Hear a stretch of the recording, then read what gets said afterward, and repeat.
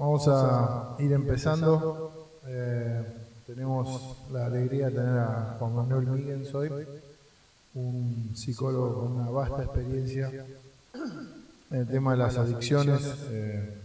Ha estado a cargo del centro de tratamiento en el exterior, un especialista en grupos también, así que bueno, Juan también un amigo de la casa, tiene maestrías y todas otras cosas más que no sé cómo se llaman bien, cómo son exactamente, pero bueno, te agradecemos mucho, Juan, estar acá y esta filmación seguramente va a llegar a mucha gente del resto del país, así que bienvenido. Muchísimas gracias, muchas gracias por la invitación. Gracias a todos los amigos que han venido hoy y bueno, me hacen sentir más cerca. No conozco a ustedes dos y el resto. Bueno, la idea de poner este título de agrupabilidad era provocar alguna cierta confusión en ustedes respecto de qué es lo que voy a hablar. Una de las cosas que pasa cuando uno va a dar una charla a un grupo o cuando uno trabaja grupalmente es que uno pasa un periodo de cierta confusión de qué es lo que les voy a decir y uno no sabe qué les voy a decir, sin embargo sabe que uno sabe hacer. Digo, es verdad lo que él dijo hace yo 30 años que participo de grupos y coordino grupos y todo esto. Así que bueno, vamos a hablar de esta tendencia humana, que como seres humanos que somos, digamos, tenemos un poco de lo malo y un poco de lo bueno, y entonces un poco una tendencia a agruparnos. A veces llegamos a lo que Freud describía como la psicología de las masas, ¿no? A fenómenos de masa, y a veces estamos en situaciones de mucha individuación que son bien de la función del sujeto. Entre el sujeto y la masa está esta idea del grupo y de la ilusión de la grupalidad, ¿no? Esta idea de la comunión posible que siempre oculta algunos aspectos donde la operación termina siendo algo en alguna medida irrealizable. Pero en la medida que es posible vamos a hablar de la grupalidad como un recurso clínico en el trabajo con personas que padecen de consumos problemáticos, que padecen sea a las sustancias, o sea a procesos, o sea a personas. Bueno, Freud en el año 1920 decía ya que nosotros aparecemos, ¿no? Toda nuestra vida individual aparece relacionada a un otro. Aparece el otro, digamos, como objeto, como auxiliar, como adversario, pero nos descubre esta dimensión donde dice que toda psicología individual es de alguna manera una psicología de lo social. Yo esta primera parte la preparé por si es que hay alguien que nunca había reflexionado sobre el tema de lo grupal. O sea que voy a hablar un poquito de algunas cosas que son un poco obvias, pero me van a disculpar porque como uno nunca termina de saber quién va a ser el auditorio. Entonces, más cerca de nuestro, un maestro argentino, Enrique Pichon Rivière, en el año 76, decía que no hay nada en un individuo que no sea el resultante de la interacción entre individuos, grupos y clases. Nada. A mí me llamó mucho la atención, bueno, la creencia de Pichon, que era un agnóstico, dice que no hay nada que no devenga de la relación de los individuos, los grupos y las clases. Yo le agradecería un montón, licenciado, porque darle la espalda hacia el público no... En fin. Vamos. Entonces, toda la historia de la humanidad nos habla de interacciones grupales. Interacciones grupales que tienen que ver con prácticas comunitarias con muy distintos fines. Ritos mágicos, festividades, espectáculos deportivos y culturales. Acá la primera nota que quiero hacer sobre los consumos problemáticos es que los consumos problemáticos de antaño no aparecían como un problema social. Y esto es porque ciertos individuos en ciertas circunstancias consumían ciertas sustancias. ¿sí? Y eso no resultaba problemático, al menos socialmente no resultaba problemático. No sé si alguno habrá tenido algún problemita por los festejos, pero bueno, no era un problema social. Pasamos. Y entonces todo, digamos, aparecía con actividades grupales. Y la primera nota que quería hacer es que muchas de estas actividades grupales tienen un efecto terapéutico.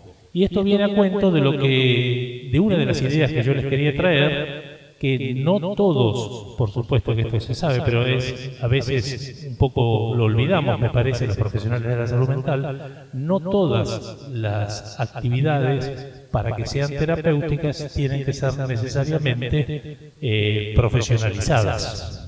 Y hay un montón de manifestaciones que nos exceden y que nos dan un marco muy posible y muy rico de intervención en salud mental, que tienen que ver con poder meter en nuestra red de intervenciones otros dispositivos grupales, sean artísticos, recreativos, culturales, de participación, que tienen un gran efecto sobre la salud de las personas. Esa es una idea. Hoy día nuestra sociedad ha ido cambiando y bueno, hay algunas cosas que son una maravilla, ¿no? Tenemos la robótica, los antibióticos, la web, qué sé yo, a mí me están filmando y voy a salir, no en la tele, en YouTube voy a salir. Pero tiene algunos graves problemas. Uno de los problemas más grandes que hablan, digamos, los sociólogos y la gente que ha estudiado esto es el tema de la incertidumbre, de la precariedad. Vieron cómo estamos en este mundo, que estamos así un poco, que hoy estamos y mañana no sabemos, ¿no? Que la gente dice, me renovarán el contrato del año que viene del trabajo, llegaré a fin de mes. Bueno, toda esta idea de fragilidad, de incertidumbre, proviene de una idea que tiene mucho, que se ha impuesto mucho, que es la idea de la fragmentación, que es el tema del individualismo. Hemos ido perdiendo, ¿no?, mucho de identificación, ¿no?, con el funcionamiento de lo social. Si vos tomás conceptos, ¿no?, como la argentinidad, etcétera, vas a ver que esto significa mucho menos de lo que significaba. ¿Sí? Entonces, esta ida hacia el individualismo da esta característica que algunos sociólogos que puse ahí hablan como vida líquida, ¿no? Y dicen que estas son parte de las condiciones que nos están destruyendo. ¿Sí? O sea que volvemos al tema de la individualidad como problema. Yo no quiero decir que el grupo es siempre la solución, o no quiero hacer acá una idealización de los grupos y decir que el grupo es la solución a todo, o es un dispositivo que no tiene problemas, porque tiene muchos problemas el tema de lo grupal. Vamos a ir viendo algo de eso. La cuestión de las tres características que íbamos a presentar tienen que ver con esa crisis de todo lo que es institucional, ¿no? O sea, cualquier institución que uno tome, ¿no?, está como de alguna manera en crisis, ¿no? Hay una crisis de la familia, ¿no?, dicen por ahí, ¿no? Hay crisis de cosas que nos representaban. Hay una exageración en el tema del individualismo, de las meritocracias, de los emprendimientos, ¿no?, como si todos largáramos desde el mismo lugar, como si todos tuviéramos las mismas posibilidades, y si vos no lo lograste debe ser por algo malo intrínseco que vos tenés, no porque yo disfrute de alguna posición de beneficio desde la largada. Y esto hace, bueno, a un fenómeno que en los grupos se puede trabajar de una manera bastante interesante. Y la otra cuestión es que los tiempos cada vez funcionan más de acuerdo a la inmediatez. Entonces esta idea de no sé lo que quiero, pero lo quiero ya, el tema del desconcierto y la inmediatez es una muy mala combinación para lo que es salud mental. Habitualmente, digamos, estar como tan apresurados y tan desconcertados de qué cosa nos servirá para ir de alguna manera calmando como alguna ansiedad, alguna angustia, que son como inmanentes del ser y del estar, ¿no? Aquí y ahora no hay un paraíso. O sea, ni hubo un paraíso, ni habrá un paraíso. Quiero decir, un tiempo libre de ansiedad, incertidumbre, porque la vida humana está definida por esta cuestión de lo inacabado. Hay ilusiones, ¿no?, temporarias, de haber encontrado algo que sí va a funcionar. Los grupos en algún momento son un dispositivo bastante ilusionante, como toma Ansié la idea de la ilusión de grupo, que son muy eficaces en algún momento donde la subjetividad de la persona está como muy clivante, muy debilitada y muy necesitada de una mayor contención y un mayor sostén. ¿Hasta acá hablo en castellano? ¿Estoy claro lo que digo? Si no se entiende, me levanta la mano y dice, perdón, no te entiendo, ¿qué querés decir con clivante? ¿Qué querés decir? Pueden preguntar, y yo cualquier cosa le pregunto acá, gracias, me ayuda. Bueno, la cuestión es que la gente que empezó a estudiar esta idea de que hay más allá de lo individual. Yo me formé como terapeuta individual y trabajo como terapeuta individual y mucho tiempo trabajé como terapeuta individual. Entonces a veces cuando trabajas mucho con la individualidad se te olvidan algunas cosas de lo social. Entonces algunas cosas que he ido aprendiendo las quise compartir con ustedes. Estos dos buenos profesores, que son canadienses, dicen en el idioma que ellos hablan, que hay condiciones de vida individuales, y mencionan algunas: la edad, el sexo, factores constitucionales. Esto hace a tu salud. Luego dice que hay cuestiones que tienen que ver con las redes, y dicen que las redes siempre nos anteceden, son sociales, son comunitarias. Dentro de toda la cuestión que afecta a lo social, nombran un montón de cosas como la vivienda, el acceso a la salud, el agua, el empleo o el desempleo, las condiciones laborales, la educación, y dice que toda esta cuestión socioeconómica, cultural, hace a las condiciones de nuestro ambiente y nos facilita vivir más sanos o, de alguna manera, si bien no nos determina, porque a mí al menos no me gusta esta idea que llamen determinantes de la salud, me parece que son condicionantes, digamos, son parte de la mezcla, pero no te aseguran cuál es el resultado. O sea, esto no es 1 más 1, 2, no es si estas condiciones no se te dan bien en tu vida vas a enfermar, no sabemos, pero sí sabemos que condicionan de una manera que tienen que ver con el peligro a que la gente esté expuesta.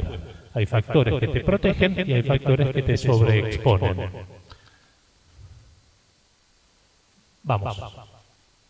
Bueno, y acá les traje un pequeño estudio que me pareció muy interesante. No lo hizo esa mujer, sino que lo difunde en esta página. Ella se llama Susan Pinker, es una americana, y estudiaron este tema de la sobrevida, de cuáles son los factores sociales que más protegen la extensión de la vida. Entonces, si yo no les hubiera mostrado esta página que están así todos tratando de entender qué dicen, les hubiera preguntado, no sé qué hubieran dicho ustedes, pero yo hubiera dicho el sobrepeso. Bueno, porque eso es un problemita que me preocupa a mí, pero otra gente hubiera dicho el tabaquismo, ¿no? O hubiera dicho el hacer ejercicio. Y sin embargo, fíjense qué interesante, todas estas cuestiones acá dicen que el aire limpio, la hipertensión, el peso, el ejercicio, la cuestión de lo cardíaco, dan mucho por abajo de otras cuestiones.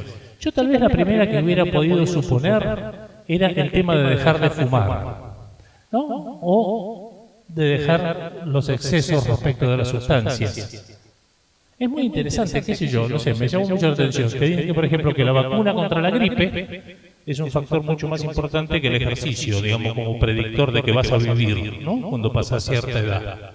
Me pareció interesante, pero lo más interesante para mí fueron los dos factores que en la investigación ellos descubren y hablan de las relaciones cercanas y de la integración social.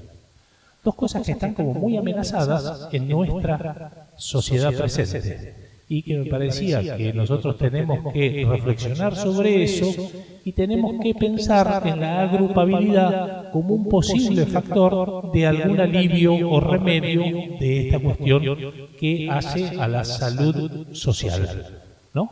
Al gran tema de la salud, que es el gran tema que tenemos que atender si es que aspiramos a vivir mejor. Bueno, vamos. Michel Marmot es un profesor de epidemiología en Londres y él dice así, dice, si los mayores determinantes de la salud son sociales, así deben ser nuestros remedios. Me gustó mucho la idea, porque el tema de la agrupabilidad sería un tema que busca remediar algo de la agrupabilidad, es un tema que busca remediar algo que tiene que ver con los factores que nos exponen desde lo social. ¿Hasta acá vamos claros? Así que esa es como la gran idea de la agrupabilidad. La agrupabilidad como remedio de todo lo que estuvimos hablando.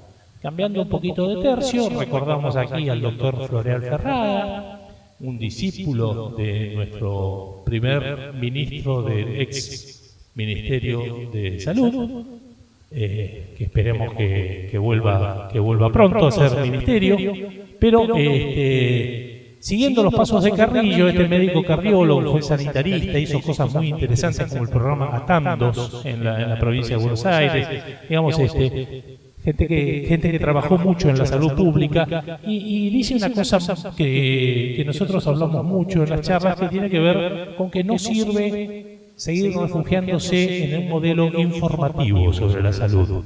Dice, la salud no se trata de enseñarle a la gente cómo tiene que vivir. O sea, dice, basta de consejos. Basta de consejos del experto, esto no funciona. Produce frustración en los expertos porque dicen, no me hacen caso. ¿Cuántas veces se lo tengo que decir? Usted no me escucha. Si no va a hacer lo que yo le digo, no sé para qué viene mi consultorio. Para que no pase, para que no sigan pasando estas cuestiones y podamos llegar a un mejor entendimiento, deberíamos salir de este modelo tan informativo y poder ir a un modelo donde se trata de que colectivamente despertemos alguna capacidad de lucha, alguna capacidad de deseo de cambiar todas esas condiciones que producen sufrimiento y que limitan nuestra vida. Así que lo que es indispensable en estos problemas de salud mental, en el tema de los consumos problemáticos, es asumir un protagonismo sobre la vida propia y encontrarse con otros. La forma de poder asumir un protagonismo pasa, a mi forma de ver, por esta idea de poder disfrutar de algunos beneficios que la agrupabilidad tiene. Suyo. El programa Atandos era un programa que hicieron en la provincia de Buenos Aires de salud pública de atención en APS. Fue uno de los primeros, fue muy extendido, un programa de APS. Atención primaria de la salud, perdón. Sí, claro, porque el gran problema es que a los lugares especializados como el que estamos, digamos, a veces se tarda mucho más en llegar por muchas barreras de accesibilidad, que no tiene que ver si esto está en combate de los pozos al 2300, sino por razones subjetivas que tienen que ver, ¿no? Yo recuerdo en algún momento, tuve el gusto de compartir una tarea con Ignacio en un barrio de Mataderos, y me acuerdo lo que era la dificultad de la gente para cruzar la avenida Eva Perón y venir al centro, que quedaba a 300 metros. Entonces, desde la lógica esta, uno dice, bueno, ¿de qué accesibilidad me hablas? Digo, bueno, de la subjetiva, de lo que significa para una persona salir de acá e ir hasta allá. ¿Sí? O sea, no es tanto lo que es, sino lo que para la persona significa. Bueno, y esta es una parte un poquito histórica, y dice así, este internista, que se llamaba Prat, en el año 1905 hizo una primera cosa que tendría que ver como con un grupo profesional. Él empezó a juntar pacientes, que en este caso eran tuberculosos, luego se hizo con adictos, para que yo estoy buscando cómo llegar a lo que les quiero hablar, que son el tratamiento de grupos monosintomáticos, ¿no? Monosintomáticos. Entonces, bueno, es una referencia histórica, pero dice que él empezó a pensar que el estado de desmoralización, así lo llamaban porque bueno, tenían el lenguaje de la época de 1905, decía que atentaba contra la persistencia en los programas de rehabilitación. Y nosotros seguimos sabiendo que uno de los grandes problemas que tenemos en salud es el tema de la adherencia. La gente viene, pero no necesariamente permanece, ¿no? Y el tema de la adherencia es uno de los factores predictores de mejor resultado que tenemos. O sea, nosotros sabemos que quien insiste lo consigue, pero para eso tenés que tener adherencia. y hay que buscar una manera de fomentar la adherencia de las personas. Entonces, una de las formas que tiene que ver con aumentar la adherencia es que de alguna manera me pongan en algún medio donde yo me sienta identificado con las personas que están en ese medio, ¿no? Me junto con algunos amigos psicólogos y digo, bueno, acá estamos, ¿no? Bueno, si tengo un problema de salud y soy diabético, cuando me junto con un grupo de personas diabéticas, bueno, de alguna manera mi novela ya no es tan única, ¿no? Y empiezo a aprender de experiencias de otros y un montón de factores que tienen que ver con la agrupabilidad monosintomática, que tiene también problemas, ¿eh? O sea, yo les vuelvo a decir, todo lo que estoy diciendo no es que hemos descubierto la piedra filosofal y que si los agrupás monosintomáticamente se solucionó todo, porque ahí está el doctor que me va a decir que no es verdad, y tiene razón. Bueno, pero vieron que este proceso grupal en sí mismo ya tenía un efecto terapéutico. Estos empezaron a trabajar, hay muchos trabajos de este tema de la grupalidad, trabajos en sala de espera, ¿no? O sea, montones de trabajos que muestran de que ya se pueden producir efectos terapéuticos como cuestiones de adherencia, identificación, que son muy importantes para que luego podamos hacer todas las terapias que nosotros, digamos, estamos preparados para hacer. ¿Sí? Bueno. Y en el año 82, más o menos, en Estados Unidos, ahí ya lo pusieron algunos autores más claro, la diferencia, ¿no? Y la similitud que a veces tienen los grupos terapéuticos, psicoterapéuticos, ¿no? Con un enfoque así como bien basado en la reparación estructural, ¿no? Individual, ¿sí? Con otras modalidades grupales que tienen un efecto terapéutico sobre la salud mental. Y mencionan diversos grupos de autoayuda, de crecimiento personal, de entrenamiento. Y dicen una cosa muy interesante. Yo esto lo aprendí un poco, lo aprendí por el camino duro. Yo trabajaba en un lugar y el que sabía más de los pacientes era el chofer de la camioneta, que los iba a buscar y los dejaba en la casa, que yo. Y a mí me llamaba la atención cómo el chofer de la camioneta conseguía, digamos, muchas más intimidades y relatos que yo, que estaba súper entrenado para esta función. Y ahí empecé a darme cuenta que el tema de la confianza personal y el tema de la transferencia que sucede en todos los vínculos, a veces hacía muy interesante la tarea, ¿no? Que te pueden hacer un montón de trabajadores que tengan una experiencia y una profesionalización en el tema y que no necesariamente tengan una titulación académica. Pero la cuestión es que, otra cosa más voy a decir, porque siempre te preguntan, ¿viste? Cuando llevas muchos años de profesión, por ahí te podría pasar lo que me pasó a mí, ¿viste? Que te dicen, ¿y cuál es tu marco teórico? Y digo,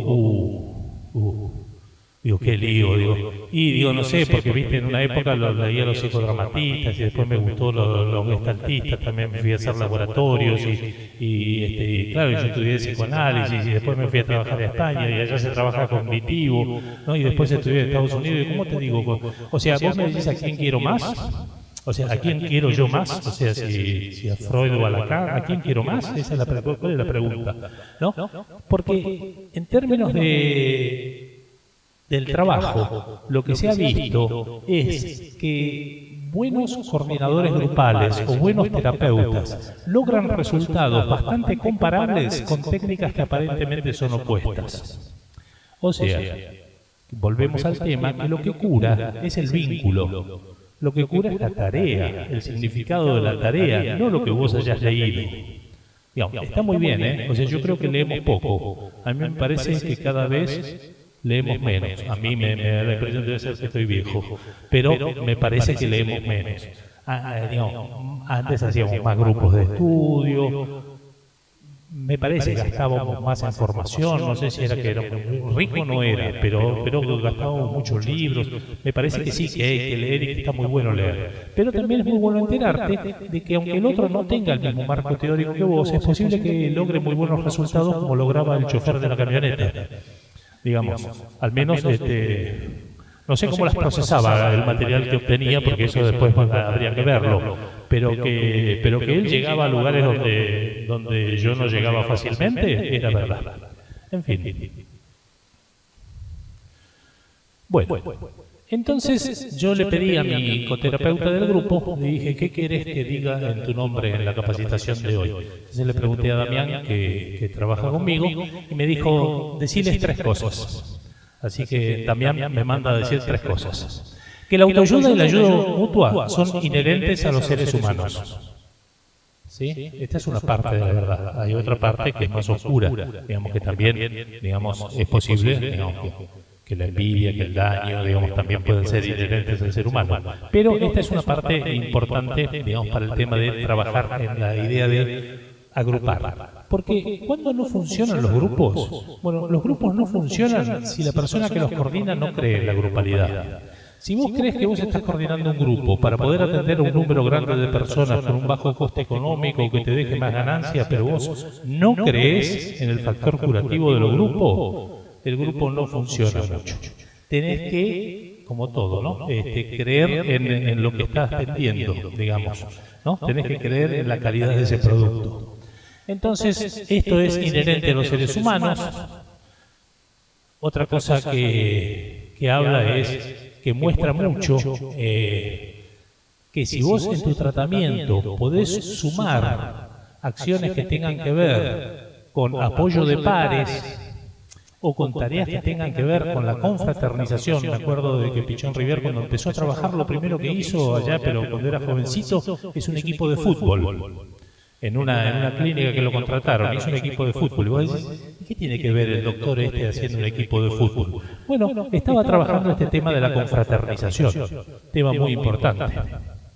Bueno, Gabor Mate es un señor canadiense que a Marina le gusta mucho, y a mí también, y él trabajó mucho en barrios muy carenciados de Filadelfia. Tiene una cantidad de materiales en YouTube bastante interesantes porque él habla mucho del dolor. Digamos que cuando la gente viene, él les pregunta de dónde viene el dolor. O sea, vieron que dicen que hay 2 preguntas que hay que hacernos con las personas. De dónde venimos huyendo y hacia dónde vamos, ¿no? O la ilusión de hacia dónde vamos. Entonces Gabor Mate habla mucho del dolor y del sufrimiento subjetivo. Y dice una cosa muy interesante que es así. Cuando mi capacidad vincular ha dejado de estar con los sujetos y pasa a estar con un objeto, mi capacidad vincular con sujetos está muy deteriorada. Porque mi relación es con una sustancia, básicamente, ¿no? O con las personas que me representan la sustancia. Entonces, el camino que nosotros intentamos acompañar a la gente y recorrer es un camino inverso del que nos llevó al deterioro. Nosotros siempre estamos trabajando para el desarrollo. Siempre intentamos trabajar para la salud. ¿Sí? Y, lamentablemente, algunas tendencias, ¿no? Que tienen que ver con el goce, que tienen que ver con la propaganda social, etcétera, que tienen que ver con el consumismo, con lo que nosotros estuvimos hablando, a veces operan en desmedro de esto. Pero el recurso de la grupalidad es algo que viene en este sentido a tratar de reaprender o de aprender formas de vinculación más satisfactorias, diría.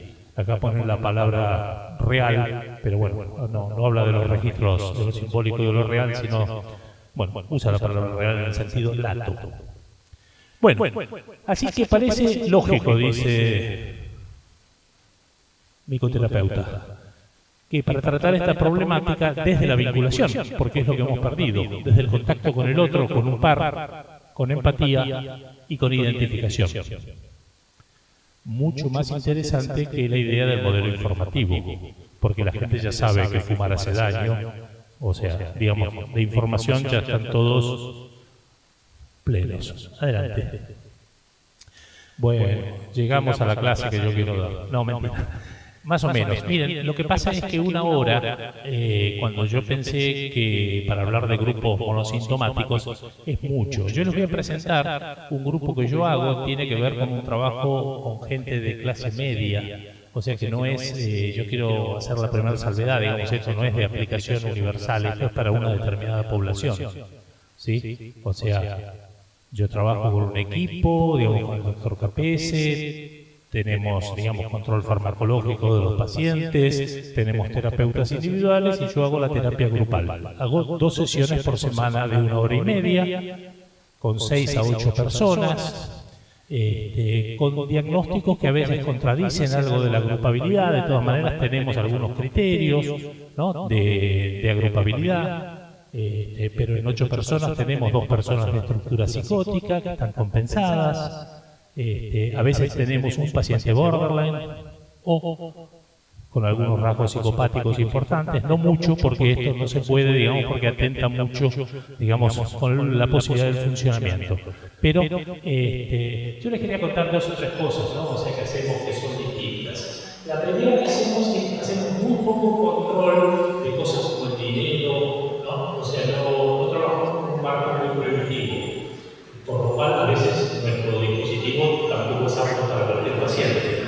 Pero trabajamos con una situación de bastante libertad de las personas. Y fomentamos una cosa que a veces, digamos, la gente dice, no se comuniquen entre ustedes. Cuando salen de la terapia no pueden tener ningún contacto entre ustedes. Pero nosotros decimos, tenés que tener contacto. Nos gustaría que escribas en el WhatsApp al menos 3 veces por día. ¿Cómo te levantaste? ¿Cómo te vas a la cama a la noche? ¿Qué te pasó en el día? Que escribas. Y favorecemos el tema de la agrupabilidad con este trabajo. Nosotros trabajamos básicamente no más de 2 años en este grupo. El primer año de las personas trabajamos con técnicas que son, o serían para algunos, un poco más cognitivo-conductuales. Y trabajamos mucho en el tema del consumo, ¿sí? Una vez que tenemos bastante controlado esta expresión sintomática, trabajamos en el segundo año sobre algunos aspectos que tienen más que ver con la personalidad, con la vincularidad, con los estilos, con la forma de ser, ¿sí? Y va a haber personas que están en el primer año y va a haber personas que están en el segundo. Así que el grupo, digamos, cambia a veces de eje o de temática.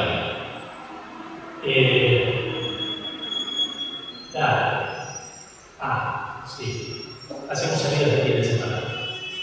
Sí. Lo malo de trabajar en grupo es que hay que trabajar más, no menos. Entonces, si quieren trabajar menos en terapeutas individuales, si consiguen pacientes particulares, mejor. Está difícil de todas maneras.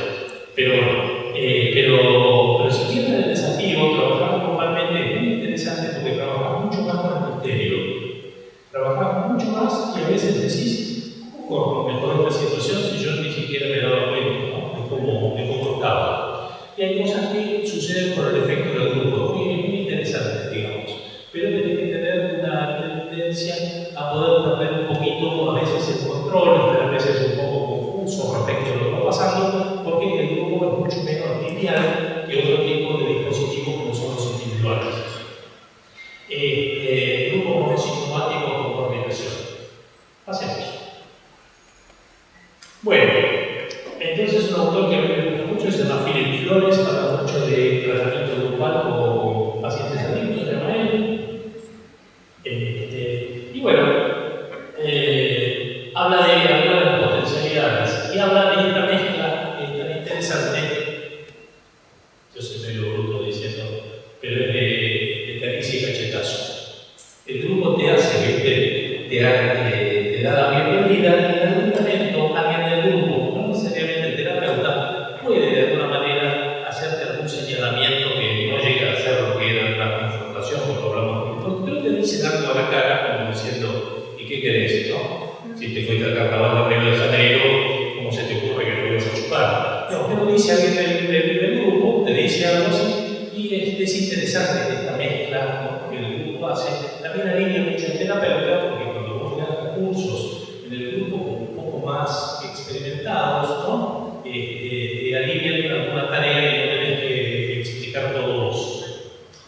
Trabaja mucho con la identificación recíproca. La identificación recíproca comienza con la idea del síntoma, continúa con la idea de los sufrimientos, que son propios de la vida, o de las insatisfacciones. Y vos vas trabajando no solamente las que tienen que ver con el síntoma, sino las que tienen que ver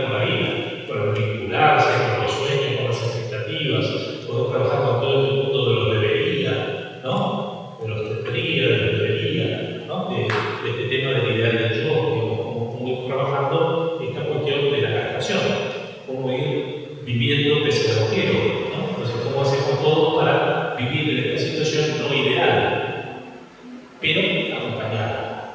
Digamos, lo que tiene de interesante es que no te libra de todo, pero de alguna manera estamos aquí con vos. Bueno, ya dije que a veces confrontan actitudes o defensas de las personas. Tiene otra más que lo que se habla. Hablan de identificación, de la cohesividad, hablan de una cosa que creo para mí es muy importante, que es la esperanza. Los grupos pueden trabajar en la idea de la esperanza, porque la esperanza ya no es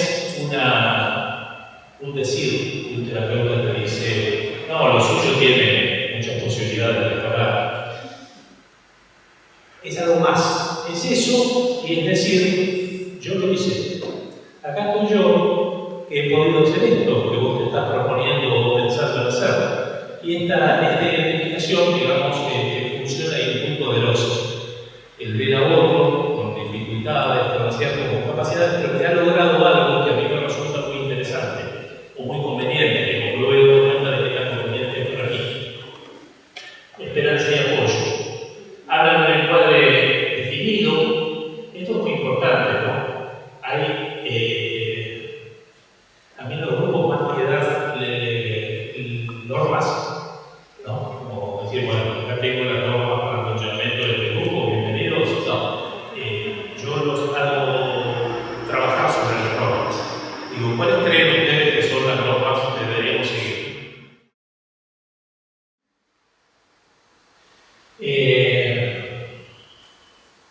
Bueno, una de las cosas que toma mucha conciencia, digamos, cuando podés de alguna manera controlar el síntoma del consumo y podés comenzar a ver qué otras características de tu vida son las que te contribuyen o no a tu felicidad o infelicidad. ¿Cómo son los rasgos propios del carácter? Entonces tenés bastante oportunidad de tener otras personas con otro carácter, ¿no? Con otras formas de ser, y podés aprender vicariamente, ¿no? En lo cual podés aprender mucho vicariamente de la vida del otro. ¿Sí? Una de las cosas que más se aprende es la idea de establecer relaciones que sean sanas y a la vez sean gratificantes, porque dejar el síntoma del consumo no quiere decir que tengan que vivir la vida que se cumplida de muerte, porque nadie aguanta, digamos, una forma de tratamiento que lo único que tiene es privaciones y padecimiento. Digamos, hay que cambiar la gratificación que las personas obtienen de consumo de sustancias por algún otro tipo de gratificación.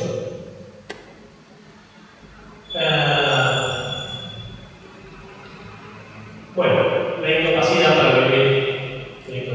vivir contribuye a las recaídas, a las rutas de consumo de sustancias y flores, y yo estoy completamente de acuerdo. Digamos, si no aprendes, digamos, de alguna manera a desarrollar otros vínculos y desarrollar otro estilo de vida, lo único que te queda es retornar al último lugar donde te encontraste que tenías alguna satisfacción, y esa puede ser el consumo. Digamos, en este sentido, o cambias o seguir reflexionando. Adelante. Nada. Objetivos generales del terapeuta. Un espacio de escucha, de atención, favorecer la comunicación, favorecer los vínculos, favorecer la mejoría sintomática. Bueno, otra cosa interesante es intentar desafiar las modalidades del pensamiento rígido. Hay muchas, pero por ejemplo yo digo, soy un cobarde. No. Globalizaciones, ¿no? Dice, bueno, en algunas ocasiones soy cobarde, distinto, pero también soy una persona bastante generosa.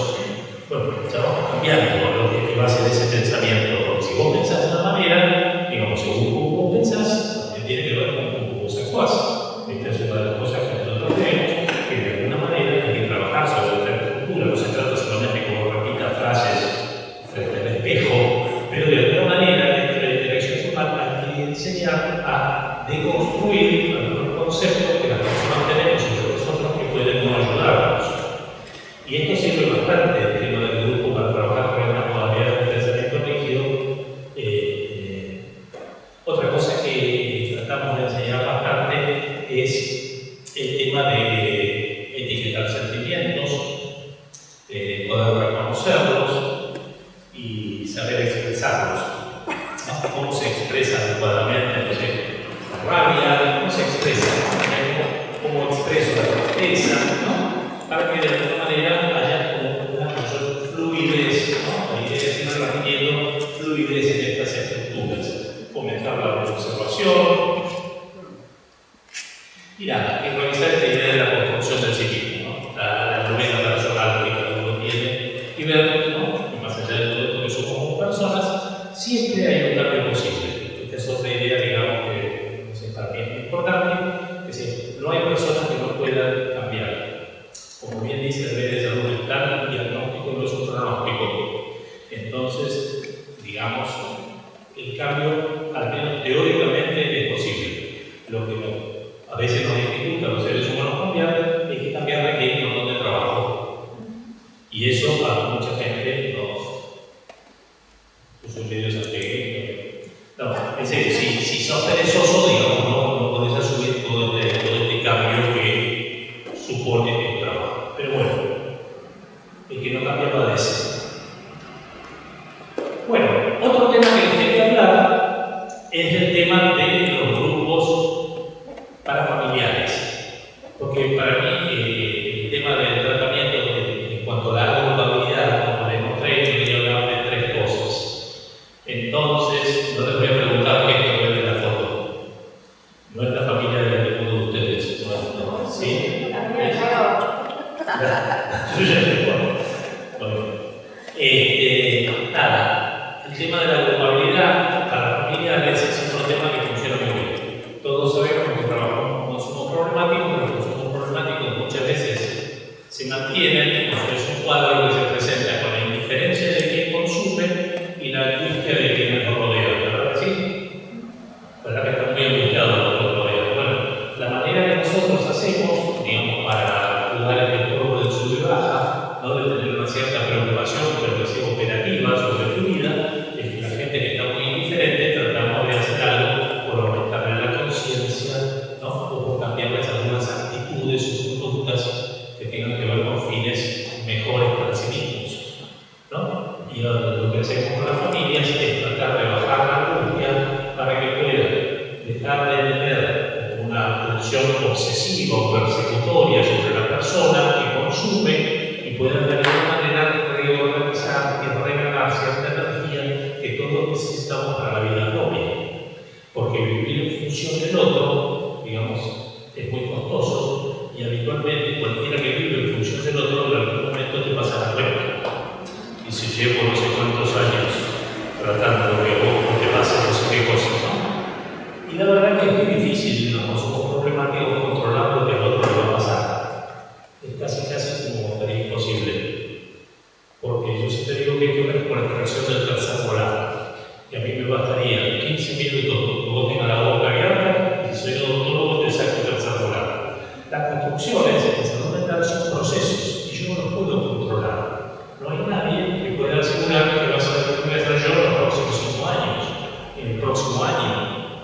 Entonces, esta idea del control de la familia habitualmente sirve para que se arme mucho más complicación, ¿no? Sistémica, ¿no? Y que cada cual comience un poco a atender a su juego, es una idea que los grupos de familiares hacemos. Nosotros hacemos un grupo durante los 2 años de tratamiento donde los padres están invitados a venir. No es obligatorio, pero yo diría que la familia se trate, me parece, primero desde el orgullo, pero es así, es un factor muy importante, porque cuando vos terminas el tratamiento, la persona tratada va a volver al grupo familiar. Si en el grupo familiar no podemos hacer ningún cambio, digamos, y siguen con esta desconfianza o con estas mezclas de provocaciones y sobreprotección, digamos, y siguen con esta dinámica que tenían, la posibilidad para la persona que hizo el tratamiento y la posibilidad para nuestro tratamiento es de que nos va a dar un porcentaje bastante bajo de éxitos. Una palabra más voy a decir de los éxitos, que son muy bonitos pero poco engañosos. Los éxitos en este tema a veces llegan mucho más tarde, o llegan con el segundo o con el tercer tratamiento. O sea, si hay importantes dificultades tal vez no nos teníamos que deprimir demasiado. No es necesariamente que hicimos todo mal, o que soy un fracaso de terapeuta, o que no lo pude ayudar. Es que estamos hablando del placer de las personas, de la aliviación del dolor.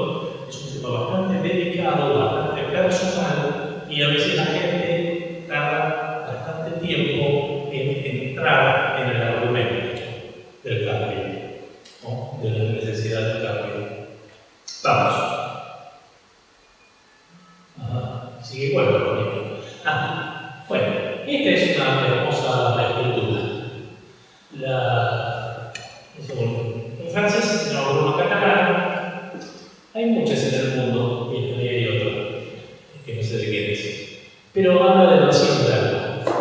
¿Sí? Y bueno, como empezamos hablando de que somos todos un producto de lo social y de vínculos, bueno, y que solamente podemos dar lo que tenemos en este momento, que a veces es por mucho más allá de nuestras buenas intenciones, muchas veces en la crianza de muchas personas se producen daños, ¿sí? Que dejan marcas más o menos importantes.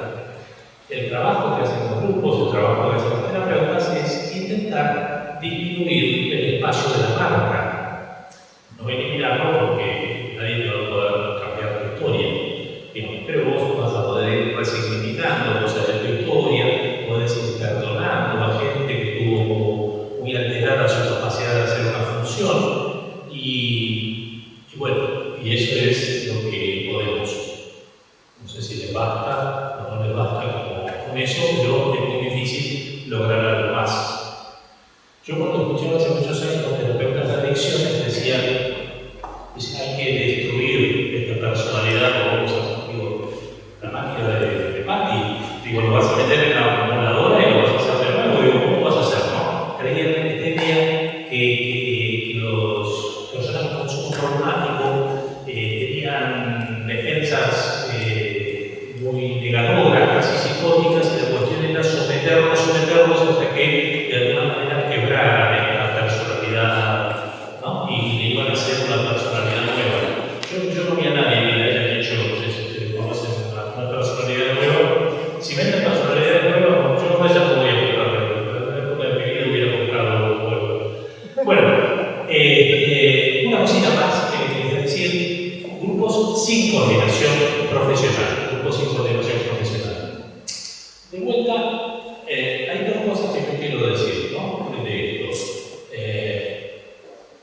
El tiempo que llevan, la extensión que llevan. No son una garantía, porque hay muchas instituciones, digamos, que llevan mucho tiempo más sobre la faz de la Tierra, y tampoco quiero decir yo que lleven 83 años para dar los huevos.